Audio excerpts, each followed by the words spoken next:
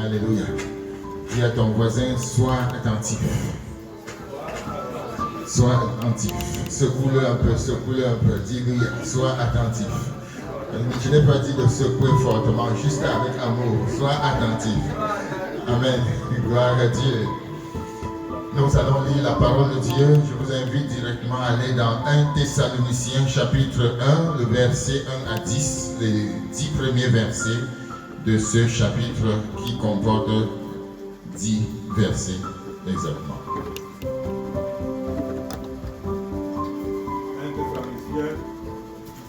1 Thessaloniciens 1, verset 1 à 10. Est-ce que nous y sommes? Amen. Nous allons lire la parole. Paul et Sylvain et Timothée à l'église des Thessaloniciens qui est en Dieu le Père et en Jésus-Christ le Seigneur. Que la grâce et la paix vous soient données. Nous rendons continuellement grâce à Dieu pour vous tous, faisant mention de vous dans nos prières, nous rappelant sans cesse l'œuvre de votre foi, le travail de votre charité et la fermeté de votre espérance en notre Seigneur Jésus-Christ devant Dieu notre Père. Nous savons, frères bien-aimés de Dieu, que vous avez été élus. Notre évangile ne vous ayant pas été prêché en parole seulement, mais avec puissance, avec l'Esprit Saint et avec une pleine persuasion, car vous n'ignorez pas que nous nous sommes montrés ainsi parmi vous à cause de vous. Et vous-même, vous avez été mes imitateurs et ceux du Seigneur en recevant la parole au milieu de beaucoup de tribulations avec la joie du Saint-Esprit, en sorte que vous êtes devenus un modèle pour tous les croyants de la Macédoine et de l'Achaïe. Non seulement, en effet, la parole du Seigneur a retenti de chez vous dans la Macédoine et dans l'Achaïe, mais votre foi en Dieu s'est fait connaître en tout lieu, de telle manière que nous n'avons pas besoin d'en parler. Car on raconte à notre sujet quel accès nous avons eu auprès de vous et comment vous vous êtes convertis à Dieu en abandonnant les idoles pour servir le Dieu vivant et vrai, et pour attendre des cieux son Fils qu'il a ressuscité des morts, Jésus, qui nous délivre de la colère à venir. Amen. Amen. Amen. Alléluia. Amen. Jésus qui nous délivre de la colère à venir, c'est-à-dire de l'enfer. Lorsque nous mettons notre confiance en lui, Jésus nous délivre de la colère à venir. Que cela soit ton partage. Ce matin, bien-aimés, nous allons partager ensemble autour du thème « Un pas ne suffit pas ». Alléluia. Un pas ne suffit pas. Est-ce que nous pouvons le déclarer ensemble? Un pas ne suffit pas. Wow, quel thème. Ce matin, je vais m'exercer à nous encourager à faire plusieurs pas dans la vie. Je ne sais pas si tu peux répondre à cette question rapidement. Combien de pas as-tu déjà fait depuis que tu as commencé à marcher? Amen. Bienheureux ceux qui peuvent le dire. Mais Dieu connaît tous les pas que nous avons déjà posés sur le sol de cette terre. Mais ça ne suffit pas. Dis à quelqu'un, ça ne suffit pas. Un pas ne suffit pas. Le deuxième passage que nous allons lire, c'est dans Hébreux chapitre 6. Je vais lire rapidement. Verset 10 au verset 12. C'est surtout le verset 12 que je cherche, mais nous commencerons par le verset 10. La Bible dit, car Dieu n'est pas injuste pour oublier votre travail et l'amour que vous avez montré pour son nom, ayant rendu et rendant encore des services aux saints. Nous désirons que chacun de vous montre le même zèle pour conserver jusqu'à la fin une pleine espérance, en sorte que vous ne vous relâchiez point et que vous imitiez ceux qui, par la foi et la persévérance, héritent des promesses. Amen. en sorte que vous ne vous relâchiez point et que vous imitiez ceux qui, par la foi et la persévérance, héritent des promesses. Alléluia. Bien-aimés, lorsqu'on parle d'un pas qui ne suffit pas, il s'agit en fait d'une exhortation et d'un encouragement à commencer et à arriver à destination. Alléluia. Si ce matin vous étiez entré dans votre autobus et que vous n'étiez pas arrivé en ces lieux, vous n'aurez pas atteint votre objectif. Le but n'était pas simplement d'entrer dans l'autobus, mais le but final, c'était d'arriver à destination. Bien-aimé dans le Seigneur, faire un pas ne suffit pas pour t'amener aux bénédictions, pour t'amener vers les grandes choses, vers les bénédictions que Dieu a prévues pour toi. Faire un seul pas ne suffit pas pour arriver à expérimenter, à entrer dans les promesses que Dieu a d'avance destinées pour chacune de nos vies. On ne peut réaliser quelque chose de grand en faisant juste un pas. On ne peut pas atteindre son but juste en faisant même quelques pas. Et il y a une nécessité, bien aimé, pour chacun de nous, de savoir que nous devons aller jusqu'au bout. Malheureusement, les gens veulent faire un pas et obtenir tout ce que Dieu leur a promis. Une petite prière le matin, et Seigneur, j'ai déjà prié, exauce-moi. Amen. Un seul pas ne suffit pas, bien-aimé. Lorsque nous ouvrons la parole de Dieu, nous lisons des histoires merveilleuses. L'histoire des personnages qui ont forgé leur génération. L'histoire des personnages qui ont combattu le bon combat. Et lorsque nous lisons ces passages-là, on nous rapporte que ces hommes ont hérité des promesses de Dieu au bout d'un long et dur voyage.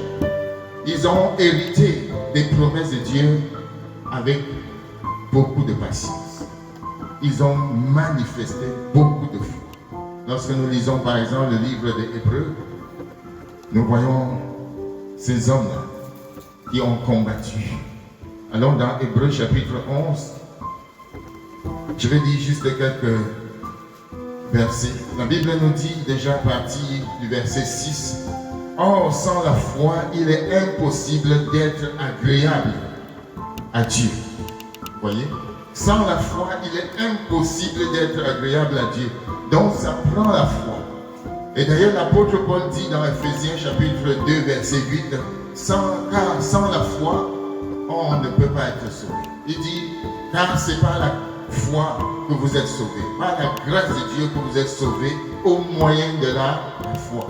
Et cela ne vient pas de nous, au moyen de la foi. Ici, dans le livre des Hébreux, il dit, or, sans la foi, il est impossible de lui être agréable, car il faut que celui qui s'approche de Dieu croit que Dieu existe, c'est-à-dire qu'il est capable, qu'il est là, qu'il est réel, qu'il n'est pas une fiction. Dieu existe, ça veut dire qu'il est présent, qu'il est au quotidien avec toi et qu'il est le rémunérateur de ceux qui le cherchent. Verset 7. C'est par la foi que Noé, divinement averti des choses qu'on ne voyait pas encore et saisi d'une crainte respectueuse, construisit une arche pour sauver sa famille. C'est par elle qu'il condamna le monde et devint héritier de la justice qui s'obtient par la foi. Verset 8. C'est par la foi qu'Abraham, lors de sa vocation, obéit et partit pour un lieu qu'il devait recevoir en héritage. Verset 9. C'est par la foi qu'il vint s'établir dans la terre promise, comme dans une terre étrangère, habitant sous des tentes, ainsi qu'Isaac et Jacob, les co-héritiers de la même promesse. Si on continue, Verset 13. C'est dans la foi qu'ils sont tous morts, sans avoir obtenu les choses promises, mais ils les ont vus et salués de loin, reconnaissant qu'ils étaient étrangers et voyageurs sur cette terre, sur la terre. Bien-aimés, l'expression « c'est par la foi » montre des hommes et des femmes qui n'ont pas fait seulement un seul pas.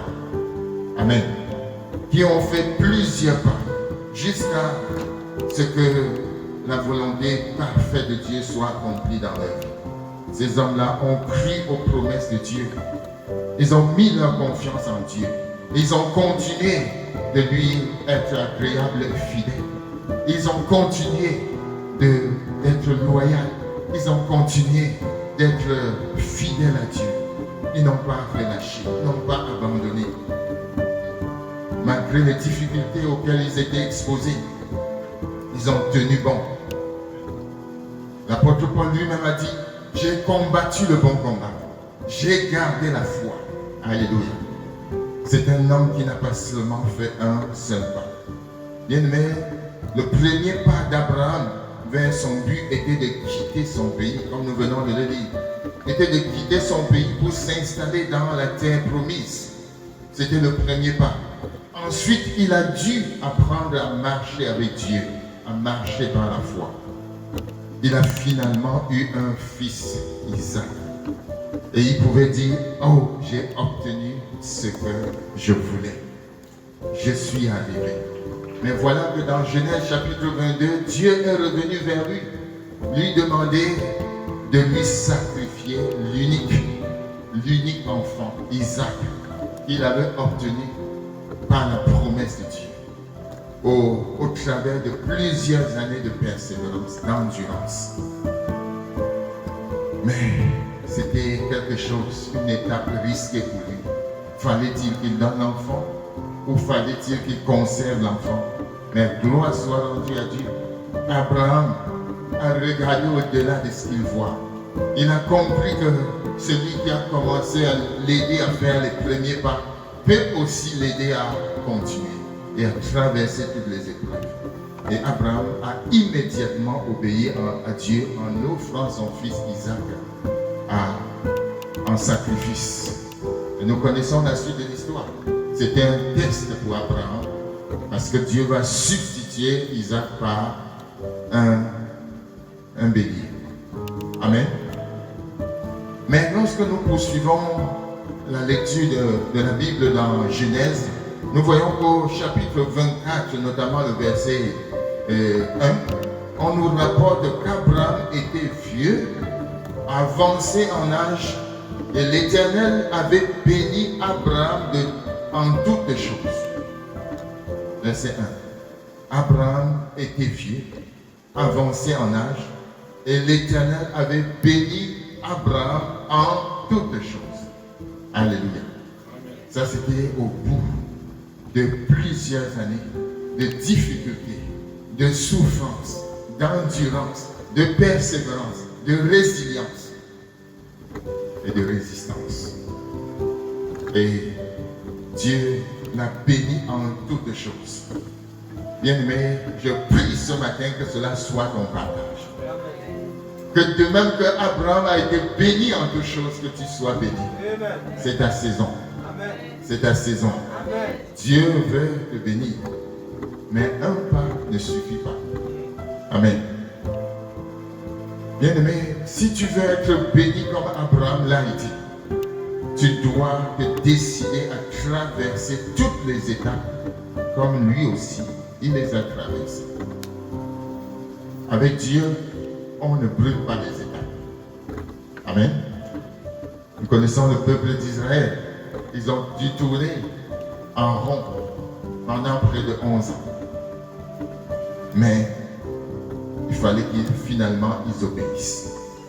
On ne brûle pas les étapes avec Dieu.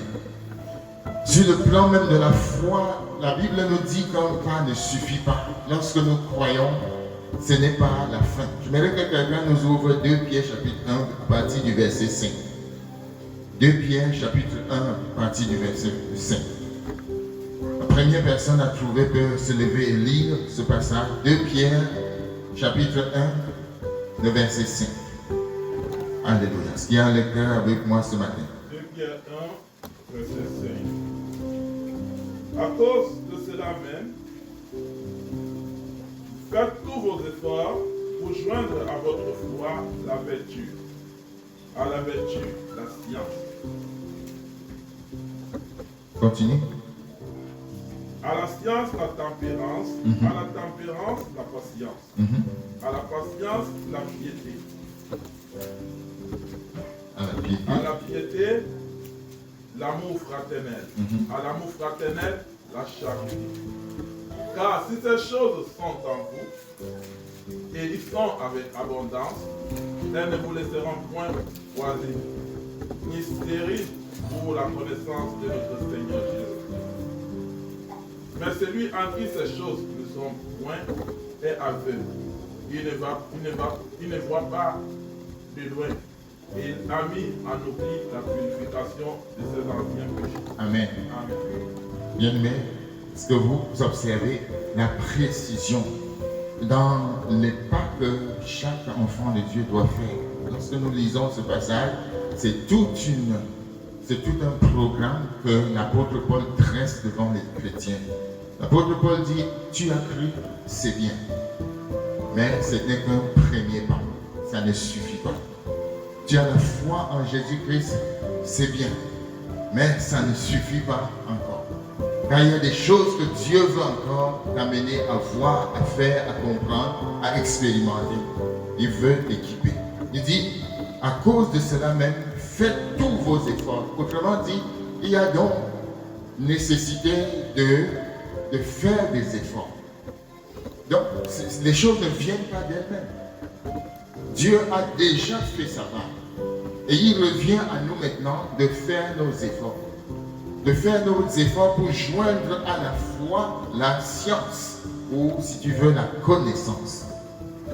Autrement dit, lorsque tu crois, la première des choses que tu dois commencer à faire, c'est d'étudier la parole de Dieu d'une façon systématique, d'une façon intentionnelle et d'une façon volontaire et joyeuse. Amen. C'est une vie de discipline. Puisque lorsque nous croyons, nous devenons des disciples, nous devons adopter cette méthode de croissance rapide. Alléluia. Donc nous croyons, nous avons mis notre foi en Jésus-Christ. Et la Bible dit ici, il faut ajouter à cette foi-là la vertu. Si vous voulez, la bonté. La vertu, et à la vertu, la science. La science. À la science, la tempérance, c'est-à-dire la maîtrise de soi, la capacité d'être calme devant toutes sortes de situations qui nous affrontent. La tempérance, c'est ça. Être capable de rester confiant que Dieu qui s'appelle El Shammah, le Dieu qui est là, est avec toi. Tu ne trembles pas. Et d'ajouter à cette tempérance la patience. La patience, c'est un terme médical. D'ailleurs, que lorsque nous sommes à l'hôpital, on nous appelle les patients. Amen. C'est-à-dire, nous sommes là, nous sommes en train d'attendre. Et seuls les Québécois connaissent ce qu'on appelle les patients. Amen. Vous arrivez à 20h pour attendre un médecin. On vous équipe de patience. Vous vous asseyez et vous attendez. 21h, 22h, 23h. Et puis après, vous appelez à 6h le matin chez vous pour dire, je suis encore là. Amen. C'est la patience. Donc il dit de nous armer de cette patience-là. Et c'est très important. Parce que la patience va nous amener jusqu'au bout. Notamment ceux qui veulent arriver à destination. Nous avons besoin de patience. Nous avons besoin de patience. Comme ce conducteur sur l'autoroute. La route est longue, mais il est patient.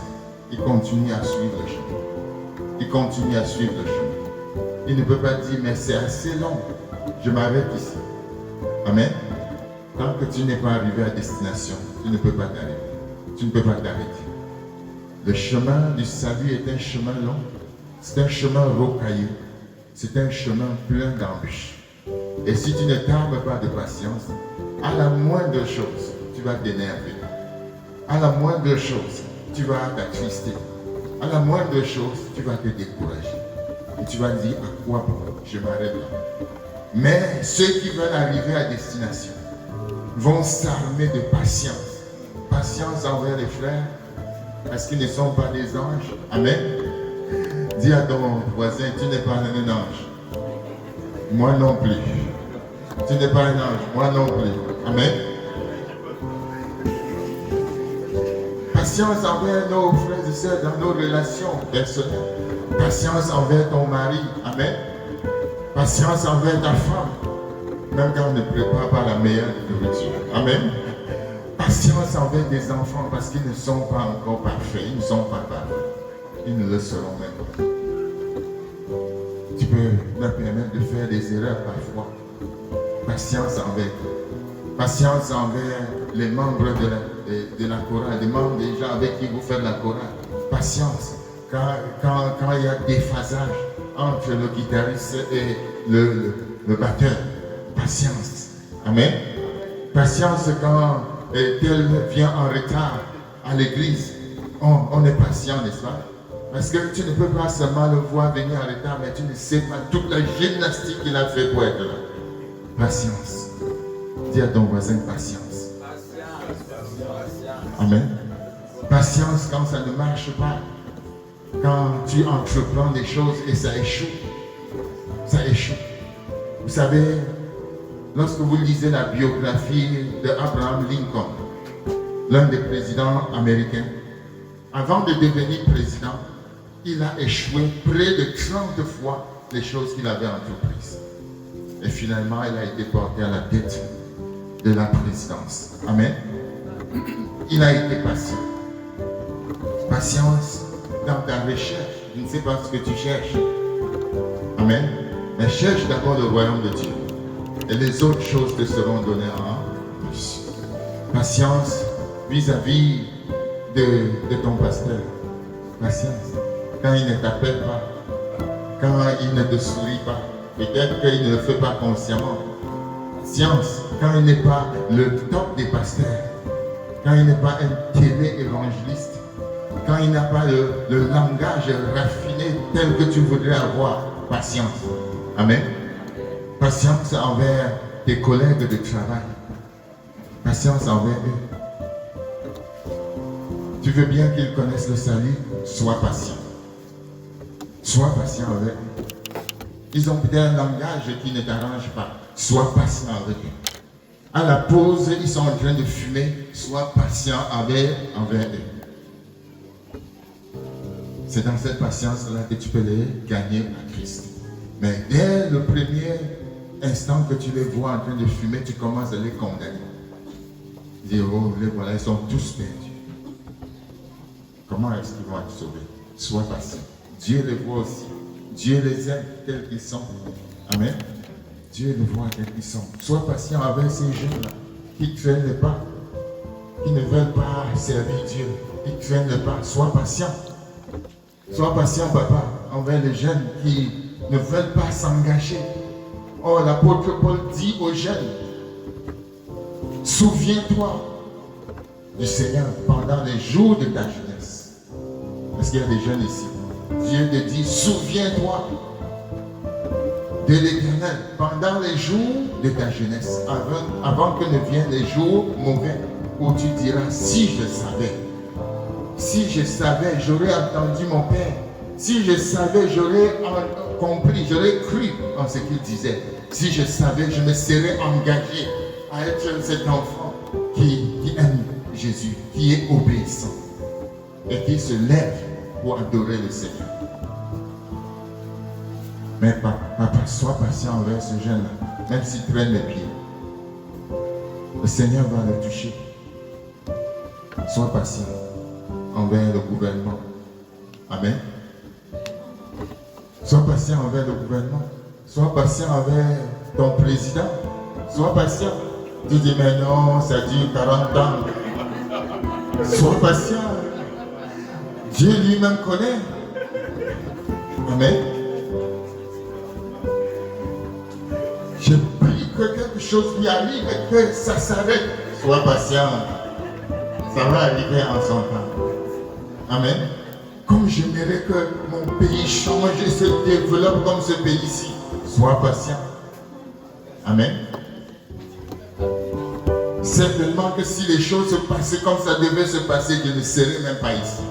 Travail, boulot, dodo, chaque jour. Sois patient. Bien-aimé. Dieu écrit l'histoire. Dans le texte que nous avons lu dans 1 Thessaloniciens, chapitre 1, l'apôtre Paul ici apprécie les chrétiens de Thessalonique pour leur progrès spirituel. Il les apprécie, il fait leur éloge. Il dit voilà des hommes qui ont compris quelque chose. Voilà des hommes qui se sont engagés dans la foi. Ils se sont engagés, pas pour un jour. Amen. Mais pour toujours. Dis à quelqu'un, engage-toi pour toujours. Bien, mais il y a 3 catégories de chrétiens, nous le disons souvent. Il y a les chrétiens d'un jour. Ce qu'on appelle les chrétiens à court terme. Amen. Moi, je suis là pour un court terme. Je suis dans la foi pour un court terme. Je vais tester pour voir si ça c'est bon. Mais il y a les chrétiens aussi à moyen terme. Ils avancent un peu. Ils avancent un peu. Mais à un moment donné, ils disent, mais quoi bon? Mais il y a les chrétiens de toujours. On appelle les chrétiens à long terme. Amen. Et c'est la fin qui, peut-être que je peux le dire, la fin qui justifie les moyens. Mais c'est à la fin qu'on saura qui a été chrétien à long terme. Si tu n'entends pas ces paroles un jour, bon et fidèle serviteur, entre dans la joie de ton maître, c'est que tu t'es arrêté en chemin. C'est que tu as dévié. Nous avons été appelés à mettre notre confiance en Jésus-Christ. La vie chrétienne n'est pas facile. Elle est même remplie d'obstacles. Bienvenue à la vie chrétienne. Amen. Bienvenue aux persécutions. Bienvenue aux tribulations. Bienvenue aux difficultés. C'est ça la vie chrétienne. Mais bienvenue à la paix. Bienvenue à la joie que donne le Saint-Esprit. Bienvenue à la vie éternelle. Vous avez choisi le chemin véritable. Nous avons choisi le véritable. Jésus-Christ. C'est lui le vrai Dieu et la vie éternelle. Tu l'as choisi, bien-aimé, tu as fait le bon choix. Ne lâche pas. Tu as fait le premier pas, continue. Continue. Ici, l'apôtre Paul apprécie donc les chrétiens de Thessalonique parce que ce sont des gens qui non seulement se sont donnés à Christ, mais ils ont tout donné pour œuvrer, pour que l'œuvre de Dieu avance. Aujourd'hui, Dieu veut que, tout comme ces Thessaloniciens-là, nous devenions des hommes qui vont laisser un héritage de foi pour la génération à venir. Dieu veut que nous fassions des efforts au point de devenir des exemples palpables et concrets, indépendamment de tout ce que nous étions hier. Dieu aujourd'hui peut faire quelque chose de précieux, de meilleur, de bon, d'appréciable, et quelque chose qui va témoigner de sa grandeur dans nos vies et dans la vie de ceux qui nous écoutent. Et c'est triste aujourd'hui que la réalité est que plusieurs chrétiens ne franchissent pas même la 3e étape de la vie chrétienne. Ils marquent les pas. Ils marquent les pas. Ils stagnent. Ils restent sur place. Mais Dieu veut que tu avances. Dieu veut que tu continues d'avancer. Lorsque tu commences quelque chose, c'est-à-dire ta vie de foi, continue à avancer. Continue à lire la parole de Dieu. Continue à prier. Je vais faire une parenthèse sur une routine. Est-ce que nous sommes ensemble? Est-ce que nous sommes ensemble? Je veux faire une parenthèse sur une routine. Il y a un terme que les gens n'aiment pas beaucoup, c'est la routine. Je veux sortir de la routine, le train-train quotidien. Je veux un peu aller me détendre, c'est pourquoi on prend les vacances, ce qui est bien. Mais il y a une routine qui est bénie. Il y a une bonne routine. Tu t'es engagé à être enfant de Dieu, tu dois toujours lire la parole. Amen. Ça, c'est la bonne routine. Tu dois toujours prier. Par rapport à la parole de Dieu, la Bible dit que ce livre de la loi ne s'éloigne point de ta bouche. Tu dis, mais non, j'ai lu hier, je vais encore. Non, tu dois toujours lire. Amen. Mais ce n'est pas une imposition. Dieu ne te l'impose pas. Parce que quand tu lis la parole de Dieu, ça ne l'affecte pas. Amen. Quand tu lis la parole de Dieu, ça n'arrange pas, ça ne donne rien à Dieu. C'est pour toi. C'est pour ton bien. Quand tu te mets à prier, ce n'est pas Dieu qui vient vers toi. Je veux dire, ce n'est pas Dieu qui te sollicite. Il n'a pas besoin de ta prière. C'est toi qui as besoin de lui. Et quand tu pries cependant, il vient vers toi. Il vient vers toi. Donc nous devons toujours prier.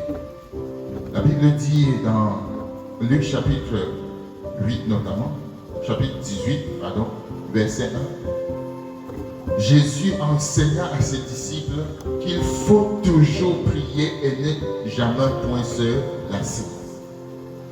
Donc nous devons toujours prier sans cesse. Donc ça c'est la bonne routine. Un enfant de Dieu qui commence un service, disons, qui commence à arranger quelque chose, les guitares dans la maison de Dieu. Il doit toujours le faire. J'avais dit, il le fera toujours. C'est une bonne routine. Une personne qui s'engage à chanter va toujours chanter.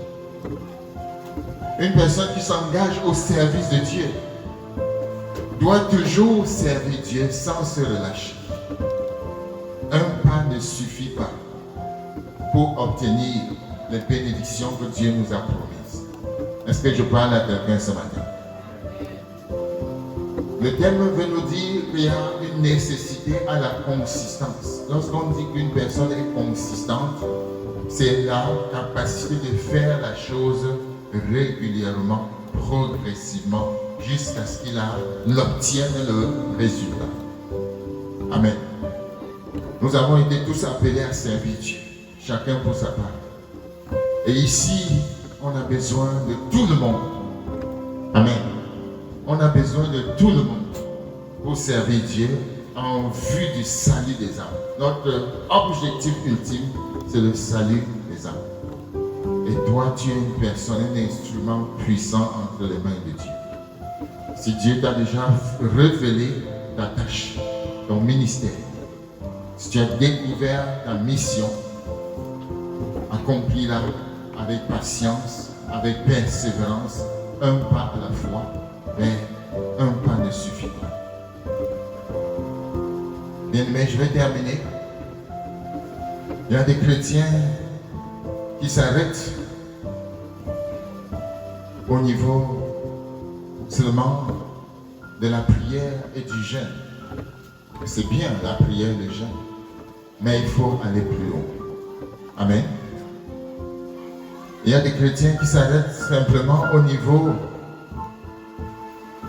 de miettes. Mais Dieu veut que tu ailles encore plus loin, que tu t'impliques, que tu t'appliques. Et c'est ça le défi. Lorsque nous regardons la vie d'Esdras, Esdras était un homme, la Bible dit quoi de lui? Il était un homme versé dans la parole de Dieu. Pourquoi? La Bible nous révèle car il avait appliqué son cœur à méditer, à étudier et à enseigner la loi de Moïse. Quelqu'un qui était versé dans la parole de Dieu, ça veut dire quoi? Qu'il était habile, qu'il avait développé une technique de méditation efficace qui pouvait porter du fruit dans sa vie et dans la vie des autres. Esdras était un homme décidé, déterminé. Il était un homme résolu. Et bien aimé, sans la résolution dans notre vie, il n'y a point de résultat. Nous devons être résolus.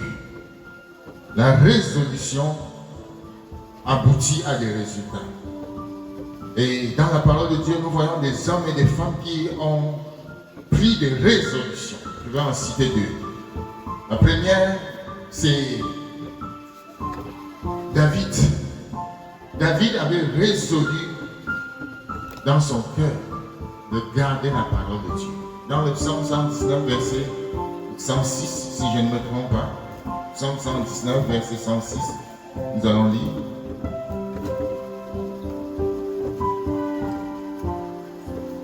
Amen. Psaume 119, est-ce que nous sommes ensemble? Psaume 119, verset 106. C'est ça? Il dit, je jure, ça c'est une résolution. Je jure et je ne tiendrai d'observer les lois de ta justice. Qu'est-ce que cela veut dire? David dit ici, tu as donné ta parole pour que je la serre dans mon cœur, afin de ne point pécher contre toi. Et il dit, je prends la résolution de garder ta parole dans mon cœur, de m'appliquer à lire ta parole. Je prends la résolution et je tiendrai à ma résolution. Je serai ferme, je n'abandonnerai pas, quels qu'en soient les obstacles, quels qu'en soient les découragements, je tiendrai et je garderai, j'observerai les lois de ta justice. La deuxième personne que nous pouvons mentionner dans la parole de Dieu, c'est Daniel. Daniel, un des déportés du peuple d'Israël, s'est retrouvé dans le palais du roi Nebuchadnezzar notamment. Et là, on devait leur imposer une façon de manger, parce que le roi avait son objectif. Mais Daniel connaissait son identité. Il connaissait le Dieu qu'il sert. Et la Bible dit dans le livre de Daniel que Daniel et ses amis résolus dans leur cœur de ne pas se souiller avec les mets du roi, les mets qu'on servait aux tables du roi. Parce qu'il avait pris cette résolution, la faveur de Dieu est venue sur lui et il a pu surmonter les obstacles. Et la Bible dit qu'ils ont été élevés. Et malgré tous les obstacles, malgré la persécution, malgré même la fosse au lion, la fournaise ardente, ils ont tenu bon. Et parce que quoi? Au départ, ils avaient pris une résolution. Il y a quelqu'un ici qui va prendre une résolution et qui va la tenir. Je me souviens quand nous étions à l'université et pendant les examens, il y avait une série de choses qui se passaient. Il y avait des étudiants, pendant qu'on faisait des examens, ils s'étaient déjà arrangés pour tricher. Amen. Est-ce que quelqu'un sait de quoi je parle? Ils étaient déjà arrangés pour tricher. Et c'était avec les bords quelque part. Et nous, les enfants de Dieu, parce que nous avions déjà pris, on avait dit, nous, on ne va pas tricher. Et pendant les examens, certains gars allaient s'asseoir en arrière, on appelait ça, ils s'asseyaient au chameau. Ils sont là. Ils s'asseyaient là et puis il y avait l'eau qui avait coulé. Et ils ont commencé à se partager. Et nous, on avait la grâce d'étudier et de réussir. Amen. Entre parenthèses, ne me voyez pas comme un ange, car ça n'a pas toujours été ainsi. Jusqu'à ce que le Seigneur soit intervenu. Amen. Donc, nous avions pris la résolution de ne pas nous mêler à ces tricheries. Et nous venions devant. Je vois qu'ici, personne n'est assis. Nous venions devant nous asseoir. Tous les enfants de Dieu dans la salle. venait et dans mon groupe, dans ma filière, nous étions, ma classe, nous étions 4 enfants de Dieu, connus. Et c'est là que, tristement, l'enseignant a découvert qu'il y avait la tricherie. Parce que lorsqu'il a corrigé, il a constaté qu'il y avait une série d'élèves qui avaient les mêmes réponses. Comme moi, j'étais délégué de la classe, il m'a interpellé. Il m'a dit, voilà ce qui s'est passé. Est-ce que tu peux enquêter sur ça? Amen. Donc, chose délicate, n'est-ce pas? Chose délicate. Quand je suis allé dire à mes sœurs qui étaient enfants de Dieu aussi, voilà ce que l'enseignant a dit. Elles ont eu la présence de l'esprit. Elles ont dit, il sait. Amen. Il sait lui-même quels sont les tricheurs dans la classe. Et nous sommes simplement tués. Amen. Bien aimé, c'est pour dire quoi? C'est pour dire que la résolution va t'épargner de certaines choses. Il y a des gens ici ou ailleurs qui ont besoin de prendre une résolution pour passer à une nouvelle étape. Amen. Tant que tu n'as pas pris cette résolution-là, Dieu ne va pas déclencher sa bénédiction sur toi. Il y a des gens qui hésitent entre céder au monde et ne pas céder au monde. Qui hésitent entre s'engager pour Jésus-Christ ou bien se fondre dans le monde. Si tu prends la résolution, Dieu va se lever pour toi. Amen. Et il va t'accompagner dans ta décision. Dieu est un Dieu de résolution. Dieu est un Dieu de décision. Il y a des gens qui vont prendre la résolution devant une tentation. Seigneur, je prends l'engagement de ne pas céder à cette tentation. Il y a des gens qui vont prendre la résolution de se discipliner pour lire la parole de Dieu. La résolution. Il y a des gens qui vont se prendre la décision pour être fidèles dans leur engagement de service. Il y a des gens qui vont prendre l'engagement pour dire, mais voyons donc, ça fait depuis que je suis enfant de Dieu. Mais je n'ai jamais donné un seul franc, j'allais dire franc, dollar, on est dans le dollar. Amen. Je n'ai jamais donné un seul dollar pour l'avancement de l'œuvre de Dieu. Mais je suis là et je vois que la vie chrétienne, c'est tout est gratuit. Amen. La vie chrétienne n'est pas gratuite. Le salut seulement est gratuit. Amen. Dis à ton voisin, le salut seul est gratuit. Mais l'œuvre de Dieu là, c'est l'argent. Amen. Excusez-moi, s'il y a des gens qui sont allergiques à l'argent ici, excusez-moi, donnez-moi juste 2 minutes pour que j'en parle. Il y a quelque chose que nous devons comprendre dans l'œuvre de Dieu. Le salut est gratuit. Tu n'as rien à faire pour ça. Juste croire. Et le Seigneur va te sauver. Mais si tu veux voir l'œuvre de Dieu avancer, tu deviens un instrument de bénédiction pour cette œuvre. En donnant ta part de contribution. La Bible parle de la dîme. Certains contestent ce fait, mais c'est écrit. Certains disent que c'est dans le Nouveau Testament. Si c'est dans le c'est dans l'Ancien Testament. Si tout ce qui est dans l'Ancien Testament ne vaut plus la peine, je ne veux plus t'entendre dire l'Éternel est mon berger.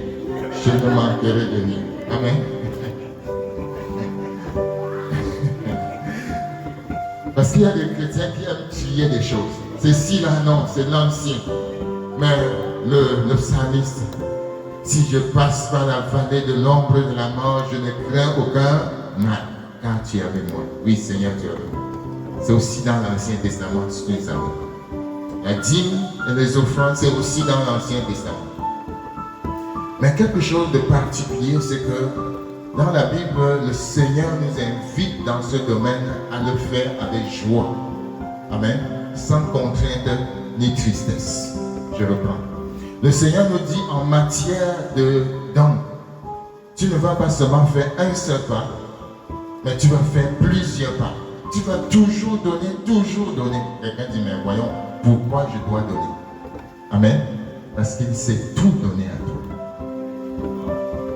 Il sait tout donner. Et celui qui donne tout s'attend à tout. C'est vrai, non? Tu t'es donné tout à ton mari. Tu t'attends à ce que ton mari te donne entièrement à toi aussi. Et même s'il ou elle peut te tromper, Dieu lui ne peut pas te tromper. Amen. Donc, en matière d'offrande, les Thessaloniciens dont nous avons lu le texte tout à l'heure, la Bible dit que non seulement ils se sont donnés au Seigneur, mais ils se sont dépouillés pour qu'on puisse subvenir aux besoins des saints. C'est ce que Dieu veut de nous, toujours donner avec joie, sans contrainte ni tristesse. Et voici l'avertissement. La Bible dit que tous ceux qui contraignent les gens à donner involontairement, c'est-à-dire avec tristesse, il y a sur eux une malédiction. Tu n'as pas compris. Si quelqu'un vous contraint à donner à Dieu, non pas par votre volonté, mais par une certaine façon contraignante, il y a sur cette personne une malédiction. Car Dieu a écrit de donner sans contrainte ni tristesse, car Dieu aime les dons. C'est ça la parole de Dieu. Ça veut dire quoi? Ça veut dire que le don doit être le fruit de la reconnaissance de ce que Dieu a fait dans ta vie. Ça ne doit jamais être un forcing. Fondamentalement, celui qui est sauvé sait ce que Dieu a fait dans sa vie. Et l'un des façons de voir que Dieu t'a vraiment touché, c'est ta capacité à donner l'argent. Parce que l'argent, c'est... Attention, amen. L'argent, là, c'est un test que Dieu a donné aux hommes. C'est un test véritable. Moi, je dis par quoi j'ai passé. C'était pas facile de donner. Hein? Amen. C'est un test. Je ne sais pas pourquoi, mais les exégètes de la parole de Dieu montrent que Jésus a parlé plus d'argent que toute autre chose dans les évangiles. Curieusement. C'est un test. Parce que pour me connaître vraiment, touche mon argent. Tu peux toucher les autres choses. Amen. Ça ne me dit pas grand chose. Mais touche mon argent. Je ne dis pas moi là. Je dis l'homme en général. Amen. Il paraît que j'ai dépassé ce niveau-là. Tu prends mon argent et je te laisse faire. Mais le test de l'argent est un test très fort.